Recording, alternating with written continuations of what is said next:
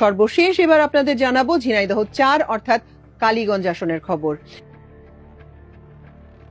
ঝিনাইদহ সদর উপজেলার কিয়ং ১০ ও কালীগঞ্জ উপজেলা নিয়ে গঠিত ঝিনাইদহ ৪ আসনটি বরাবরই বিএনপির ভোট ব্যাংক হিসেবে পরিচিত। নির্বাচন ঘিরে এই আসনে বাজছে ডামাডোল।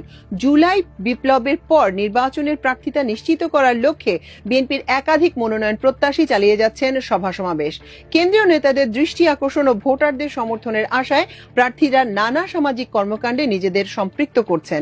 এই আসনে বিএনপি থেকে মনোনয়ন প্রত্যাশীদের তালিকায় রয়েছে স্বেচ্ছাসেবক দলের সহ সাধারণ সম্পাদক সাইফুল ইসলাম ফিরোজ, উপজেলা বিএনপির সাবেক যুগ্ম আহ্বায়ক হামিদুল ইসলাম হামিদ ও সাবেক সংসদ সদস্য শহীদুজ্জামান বেল্টুর স্ত্রী মুর্শিদা জামান।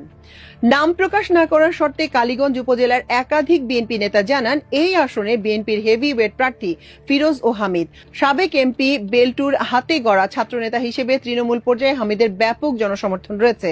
এসব কারণেই গত ১ জুন বিএনপির একাংশের নেতাকর্মীরা জামাল ইউনিয়নের তালিয়ান শ্মশানঘাট এলাকায় ইউনুস আলী ও মোহাম্মদ আলী নামে ২ ভাইকে কুপিয়ে হত্যা করে। তবে ওই ঘটনার পর স্বেচ্ছাসেবক দলের সহ সাধারণ সম্পাদক ফিরোজ সাংবাদিকদের জানিয়েছিলেন, আমার কোনো অনুসারী বিএনপি কর্মীদের হত্যা করেনি, সামাজিক কোন্দলে বিএনপি কর্মীরা খুন হয়েছেন। অপরদিকে দলীয় কোন্দল ও বিভেদ ছাড়াই জামায়াত ইসলামীর প্রার্থী কালীগঞ্জ উপজেলা জামায়াতের নায়েবে আমির মাওলানা আবু তালিব এলাকায় জনসংযোগ চালিয়ে যাচ্ছেন।